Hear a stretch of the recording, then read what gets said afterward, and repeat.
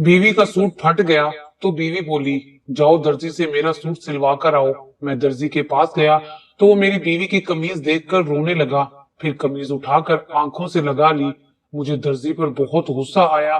मैं कुछ पूछने ही लगा था कि वो बेहोश हो गया। मैं पानी लेकर आया तो वो दुकान से जा चुका था।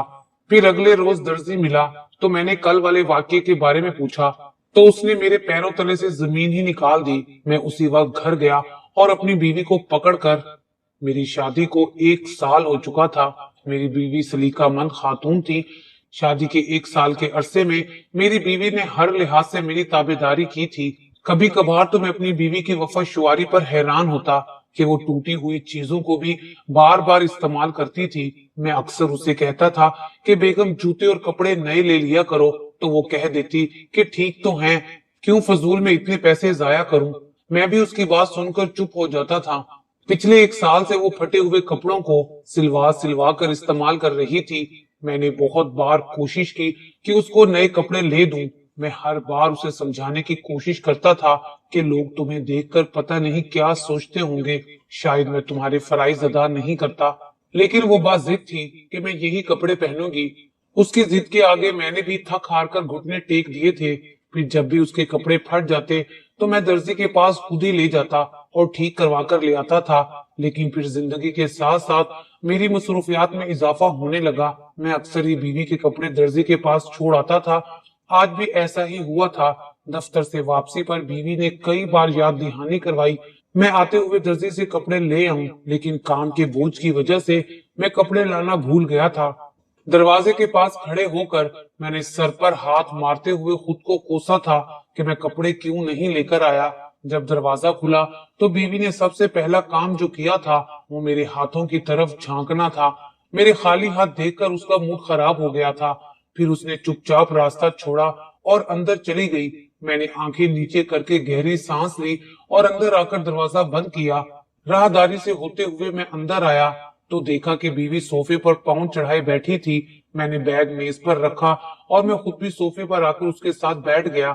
मेरे बैठते ही वो पीछे को हुई थी, जिसका साफ मतलब ये था कि वो नाराज है मुझसे। मैंने गला खंगार कर बीवी को मुखातिब किया और बोला कि काम का बोझ बहुत ज्यादा है, इसलिए मैं तुम्हारे कपड़े लाना भूल गया हूँ। हाँ, आपको सब याद रहता है सिवाय इस एक चीज के। आप तो चाहते ही हैं कि मैं वो कपड़े ना पहनूं। मेरी बीवी गुस्से से बोली थी और उठकर मशीन के पास चली गई। मैंने कलाई पर बांधी घड़ी पर वक्त देखा तो इशा होने में काफी वक्त था। मैं उठा और घर से बाहर निकल आया। जब तक कपड़े ना लेकर आता तब तक वो यूं ही गुस्से में जलती रहती। सड़क के किनारे चलते चलते मेरे जहन में कपड़ों को लेकर ख्यालात गर्दिश कर रहे थे। आखिर ऐसी भी क्या खास बात है उन कपड़ों में कि बीवी मुझसे ही नाराज हो जाती है। मैंने सोचते हुए सर को झटका था और सड़क पर चलती 4 पहियों वाली मसरूफ दुनिया को देखा। तकरीबन 15 मिनट में मैं दर्जी से कपड़े लेकर घर पहुंचने वाला था। हमारी सड़क पर 3-4 दर्जी इकट्ठे बैठे हुए थे, जिनसे मैं अक्सर ही बीवी के कपड़े ठीक करवाता था। घर पहुंचकर मैंने बीवी को कपड़े दिए तो उसका चेहरा खुशी से खिल उठा था। थोड़ी देर पहले का आया गुस्सा अब खत्म हो चुका था। मैंने सूखा सांस लिया और बीवी से खाना लगाने का कहकर खुद कपड़े तब्दील करने चला गया। गुसल खाने से बाहर निकलकर मैं खाने की मेज तक आया तो बीवी वही सूट पहने हुए थी। आ जाओ खाना खा लो। मैंने उसे चक्कर काटते हुए मुखातिब किया और प्लेट में खाना डाला। मेरे पुकारने पर वो भी हंसती हुई आकर बैठ गई। मैंने उन कपड़ों में उसे बड़े गौर से देखा। गौर से देखकर मैंने गर्दन वापस सीधी की और खाने में मसरूफ हो गया। रात को मेरी सारी सोचों का मरकज बीवी के कपड़े ही थे। मैं तंग आ चुका था इन फटे पुराने कपड़ों को ठीक करवा करवा कर। मैंने गर्दन मोड़े पहलू में बेखबर सोई अपनी बीवी को देखा था। चंद दिन यूं ही गुजरे और बीवी के कपड़े यूं ही ठीक से चलते रहे। मैंने भी शुक्र किया कि चलो मेरी जान तो फिलहाल आजाद है, लेकिन ये सुकून भी ज्यादा दिन का तो थोड़ी था। एक रोज मैं दफ्तर से वापस आया तो बीवी ने मुझे कहा मेरा सूट फट गया है, सुबह ले जाना और ठीक करवा लाना। चावलों का चम्मच मुंह तक जाते जाते रुक गया था। मैंने बीवी को देखा और हाँ में सर हिला दिया, जबकि मेरे दिमाग में कुछ और ही मंसूबा बना हुआ था। अब जब रात हुई तो मैं बीवी के सोने के बाद बगैर आहट किए उठा और कमरे के दरवाजे तक आया। मेरी एक आंख बेड पर सोई हुई बीवी पर टिकी थी, जबकि दूसरी आंख मेरी बीवी के कपड़ों पर थी। मौके गनीमत जानकर मैंने तेजी से कपड़े उठाए और बाहर आ गया। मेरा काम हो चुका था। अपने मंसूबे पर अमल करके मैं पुरसुकून सा आंखों में चमक लिए वापिस आकर लेट गया। अब मुझे सुकून से नींद आने वाली थी। अगली सुबह मैं पुरसुकून उठा और बेड की दूसरी तरफ देखा था। मेरी बीवी पहले ही उठ चुकी थी। मैं तैयार होकर बाहर निकला था। घर का हुलिया मंजर देखकर मेरा सर चकराकर रह गया। मैंने सर को थामे हैरानी से घर को देखा। हैरान और मतलाशी नजरों से मैंने अपनी बीवी को कमरे के दरवाजे पर खड़े खड़े देखा तो वो मुझे कमरे से बाहर निकलती नजर आई। बाल बिखरे हुए थे और हाथ मट्टी से अटे हुए थे। मुझे यूं दरवाजे पर खड़े देखकर वो परेशान आवाज में बोली कि मेरे कपड़े नहीं मिल रहे, तुमने देखे हैं क्या? उसके सवाल पर मैंने राहदारी में पड़े गमले की तरफ देखा और कंधे उचका दिए। मेरे जिस्मानी तासुर पर उसने मुझे एक नजर देखा और राहदारी की जानिब बढ़ गई। मैंने गौर करके उसकी पुश्त को देखा और हाँक लगाई कि नाश्ता दे दो, मुझे दफ्तर के लिए देर हो रही है। मेरी बात सुनकर वो मुड़ी और बोली कि पहले अपना सूट तो ढूंढ लूं। उसे गमले की तरफ जाने से रोकना था लेकिन मैं नाकाम हो गया। वो गमले के पास जा चुकी थी।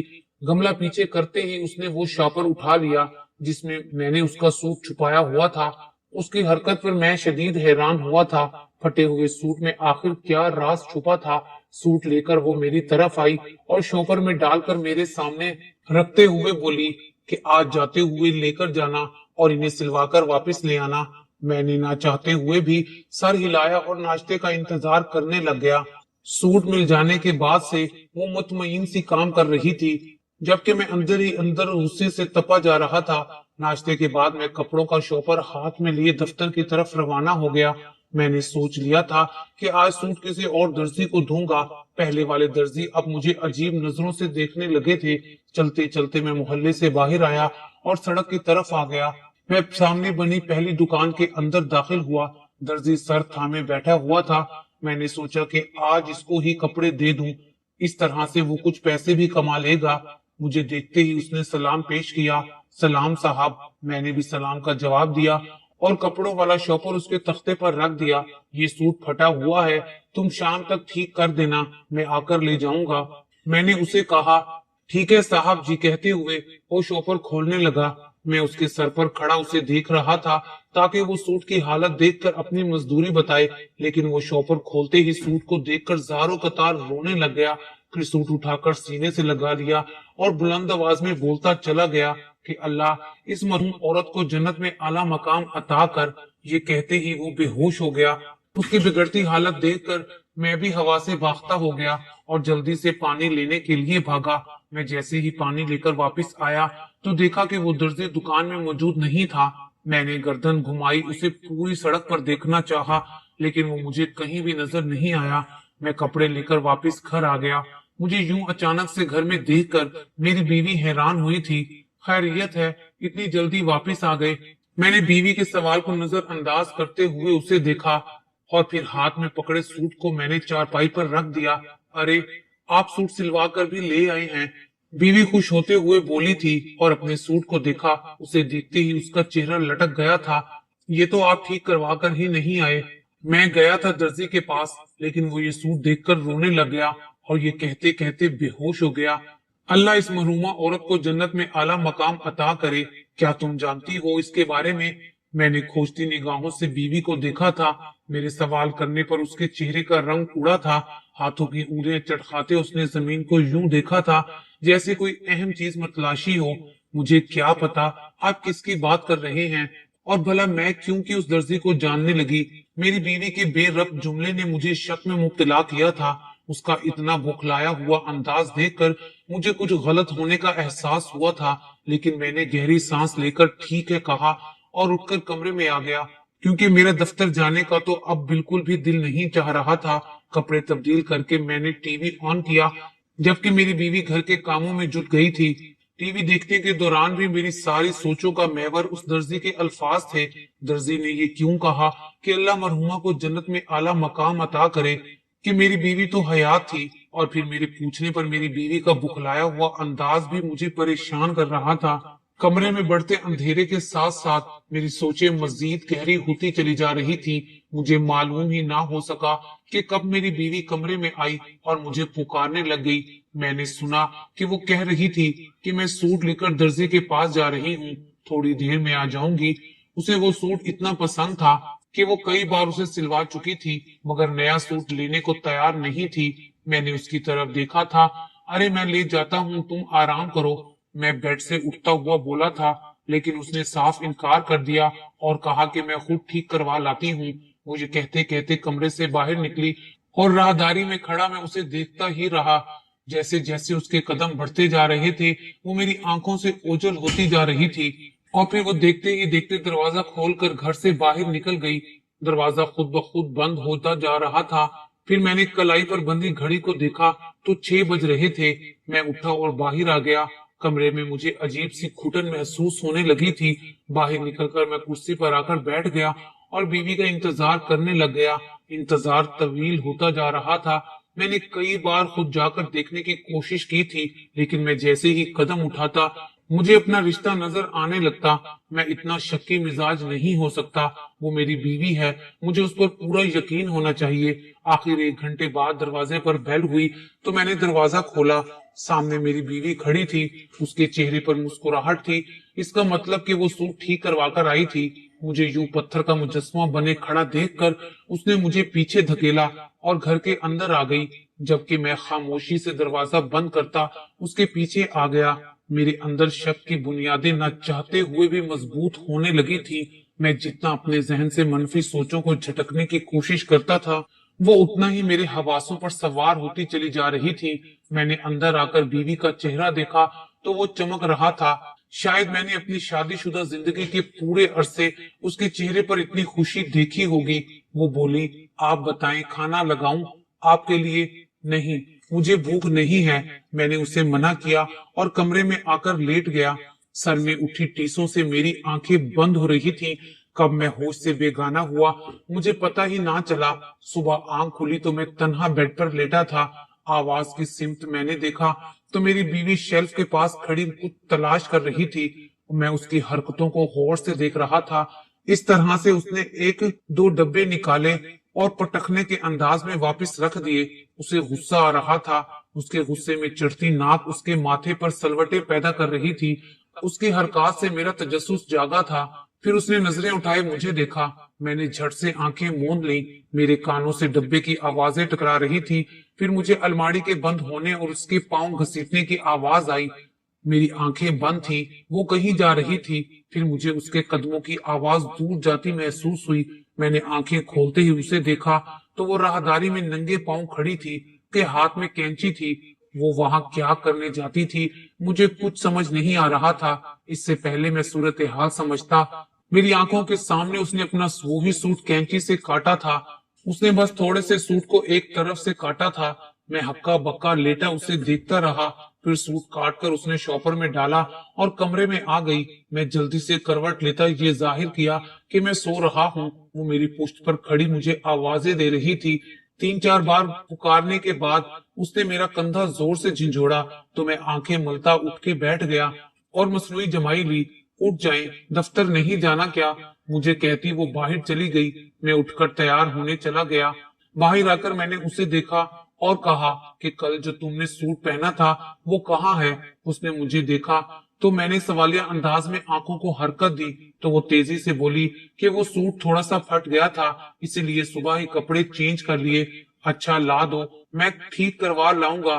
तुम कहाँ ख्वार होगी? मैंने अपनी बीवी के तासुरात देखने के लिए सब कहा था। मेरे कहते ही वो कुर्सी से उठती हुई बोली कि नहीं नहीं, मैं खुद ही ठीक करवा लूंगी, तुम दफ्तर चले जाओ। उसके अंदाज देखकर मैंने मशकूक नजरों से उसे देखा था। वो यूं खड़ी थी जैसे मैं अभी सूट लेने के लिए उठा तो वो भागकर मुझसे पहले सूट पकड़ लेगी। मैं हाथ साफ करता उठा और घर से बाहर निकल आया। दफ्तर पहुंचकर भी अपनी बीवी के बारे में सोच रहा था। जब से उसने दर्जी के बारे में सुना था तभी से बहुत ज्यादा अजीब हरकतें करने लगी थी। मैं समझ नहीं पा रहा था कि आखिर उसने अपना सूट कैंची से क्यों काटा। इसमें ऐसी क्या खास बात है जो मेरी बीवी उसको लेकर इतनी पागल है? क्या दर्जी की बात का वाकई बीवी से कोई ताल्लुक है या फिर मेरी बीवी मुझसे कुछ छुपा रही है? میرا شک بیوی پر بڑھنے لگا تھا۔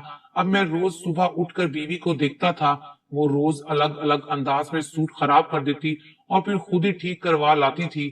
ایک دو بار میں نے بیوی کے سوٹ کا معائنہ بھی کیا تھا، لیکن اس میں کچھ خاص نہیں تھا۔ اس لیے میں نے سوچا کہ آج میں بیوی کا ہر صورت پیچھا کروں گا تاکہ مجھے پتا چل سکے کہ وہ کیا کرتی پھر رہی ہے۔ اس لیے آج میں تیار ہوتے ہی آفس کے لیے نکل گیا۔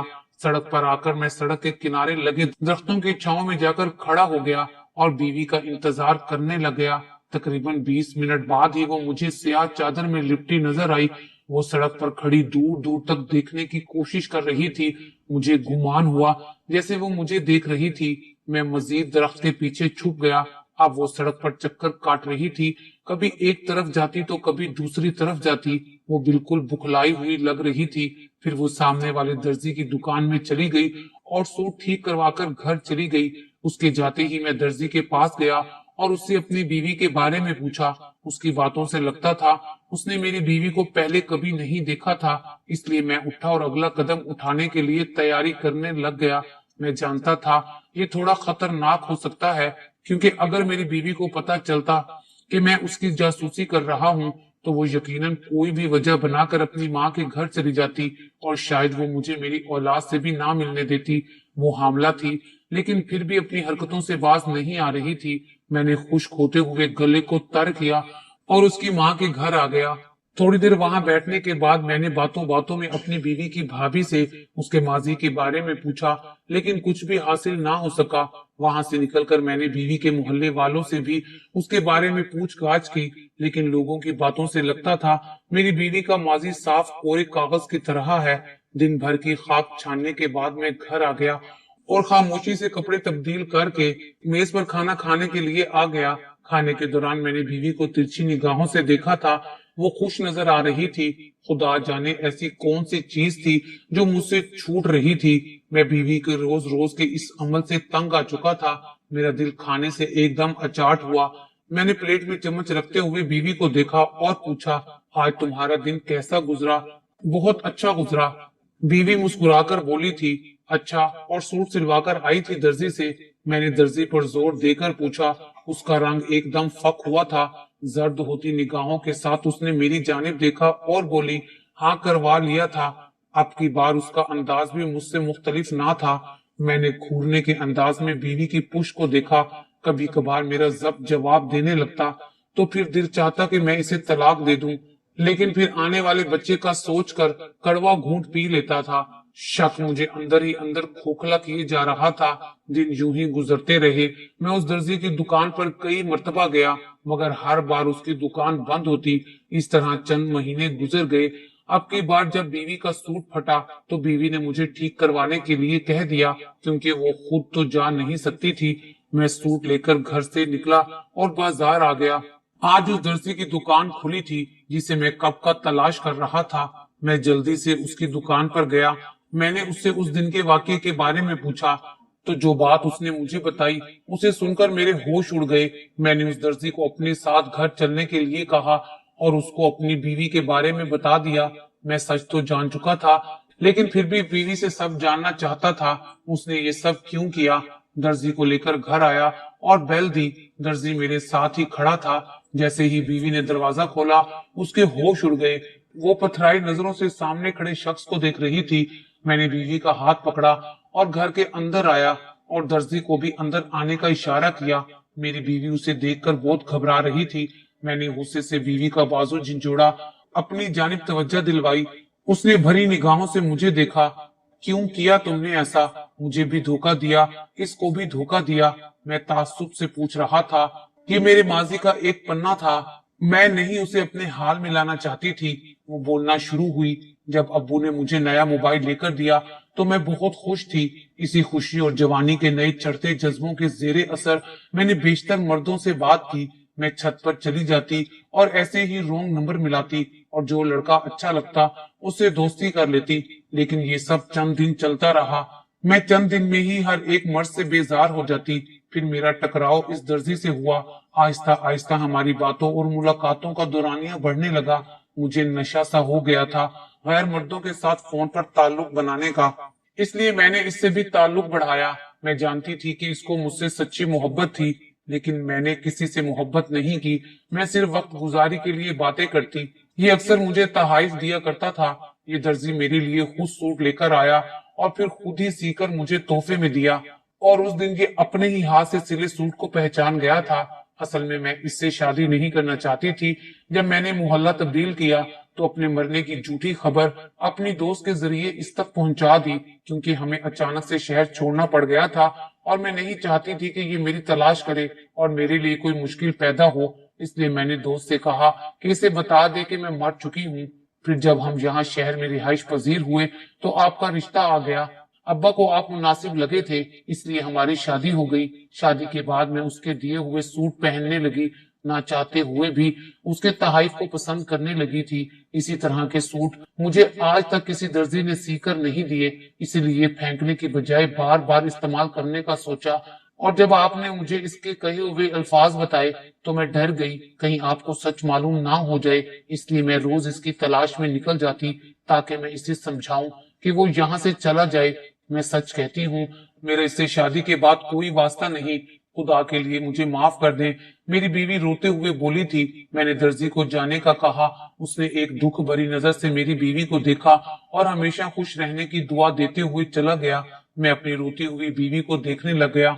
मैं उसे तलाक नहीं दे सकता था, इसलिए मैंने उसे माफ कर दिया।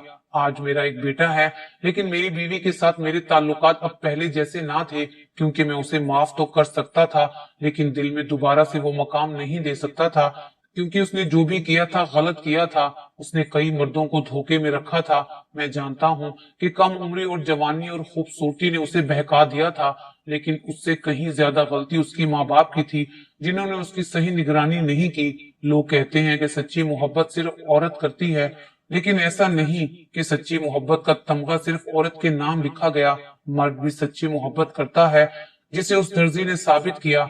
वो मेरी बीवी से सच्ची मोहब्बत करता था, इसलिए आज तक दर बदर की ठोकरें खा रहा था, मगर शादी नहीं की। मैंने सुना है कि वो भी अच्छे खानदान से था। अब तो उनके हालात भी सही हो चुके थे, लेकिन उसने दर्जी का काम ना छोड़ा था। सिर्फ मर्द ही धोखेबाज नहीं होते। मेरी बीवी जैसी औरतें भी वक्त गुजारी के चक्कर में बहुत से मर्दों के सच्चे जज्बात के साथ खेल जाती हैं।